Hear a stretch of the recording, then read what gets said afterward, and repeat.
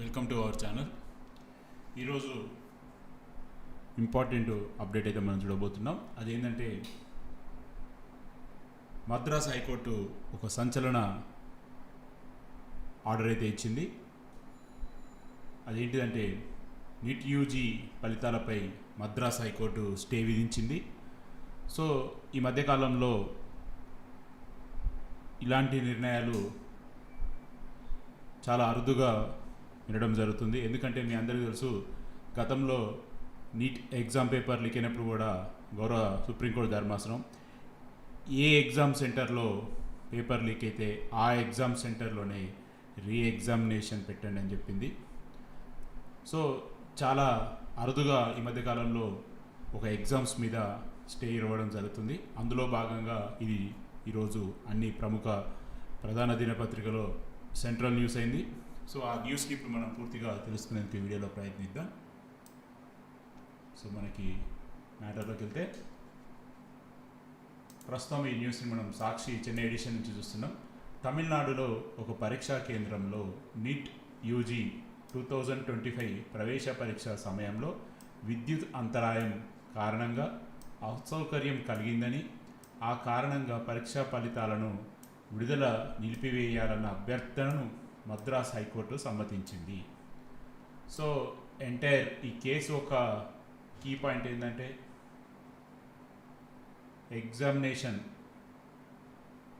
టైంలో కరెంటు నిలిపేయడం వల్ల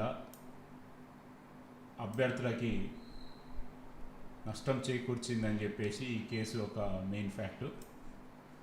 సో ఈ మేరకు ఫలితాలు నిలిపివేయాలంటూ సంబంధిత అధికారులకు జస్టిస్ వి లక్ష్మీనారాయణ నేతృత్వంలోని ధర్మాసనం శుక్రవారం మధ్యంతర ఉత్తర్వులు ఇచ్చింది. ఈ అంశంలో తదుపరి వాదోపవాదనలు జూన్ 2వ తేదీన ఆలకిస్తామని బెంచ్ పేర్కొంది.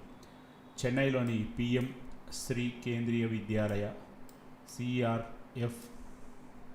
సిఆర్పిఎఫ్ అవడిలోని పరీక్ష కేంద్రంలో పలువురు అభ్యర్థులు ఈ నెల 4వ తేదీన నీట్ యూజీ పరీక్ష రాసేందుకు సిద్ధమవగా మధ్యాహ్నం 3 గంటల నుంచి 4:15 గంటల దాకా విద్యుత్ సరఫరా నిలిచిపోయింది. భారీ వర్షం కారణంగా వెంటనే విద్యుత్ పునరుద్ధరణ సాధ్యం కాలేదు. అందుబాటులో ఎలాంటి జనరేటర్, ఇన్వర్టర్ లేవని 13 మంది అభ్యర్థుల తరపున న్యాయవాదులు హైకోర్టులో వాదించారు.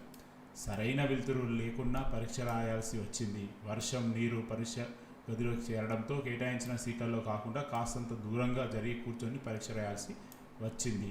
ఇంత అసౌకర్యం, అంతరాయం, సమయం వృధా అయినా ఈ అభ్యర్థులకు అధికారులు అదనపు సమయం కేటాయించలేదు. దీంతో మొత్తం ప్రశ్నలకు వాళ్ళు సమాధానాలు రాయలేకపోయారు. రాజ్యాంగంలోని ఆర్టికల్ 14 ప్రకారం చూస్తే ఇతర కేంద్రాల్లోని అభ్యర్థులతో పోలిస్తే వీళ్లకు సమాన అవకాశాలు, హక్కులు లభించలేదు. అందుకే ఈ విషయం తేలే వరకు పరీక్ష ఫలితాలు నిలిపివేసేలా ఉత్తర్వులు ఇవ్వండి అని చెప్పేసి న్యాయవాదులు పిటిషన్ తరపున కోరడం జరిగింది. సో ఇక్కడ క్లియర్గా వీళ్ళు చెప్తున్నారు, ఏదైతే 13 మంది అభ్యర్థులు ఉన్నారో వాళ్ళు రాసిన ఎగ్జామ్ సెంటర్లో ఆ రూమ్లో దాదాపు 1:15 పాటు కరెంటు లేక, వర్షంతో వాళ్ళు కూర్చున్న సీట్స్ నుంచి దూరంగా కూర్చోవడం, సరైన వెలుతురు లేక చాలా ఇబ్బంది పడి వాళ్ళు అన్ని క్వశ్చన్స్కి అయితే సమాధానం రాయలేదని చెప్పారు. చివరిలో ఒక పాయింట్ చాలా క్లియర్గా చెప్పారు, ఇతరులతో పోలిస్తే వీళ్ళకి సమాన అవకాశాల హక్కులు లభించలేదని చెప్పేసి చెప్పారు. దానివల్ల అన్ని ప్రశ్నలకైతే వీళ్ళు సమాధానాలను గుర్తించలేకపోయాయని చెప్పారు.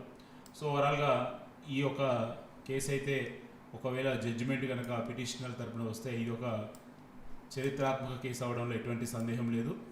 ఎందుకంటే ఇతరులతో పోలిస్తే వీళ్ళకి సమాన అవకాశాలు, హక్కులు లభించలేదు. చాలా ఫండమెంటల్ రైట్స్ మీద ఈ కేసు అయితే వెళ్తుంది. మరి చూడాలి ఏం జరగబోతుంది అన్నది. చూద్దాం. మరి జూన్లో ఈ కేసు మళ్ళీ ధర్మాసనం ముందుకైతే రావడం జరుగుతుంది.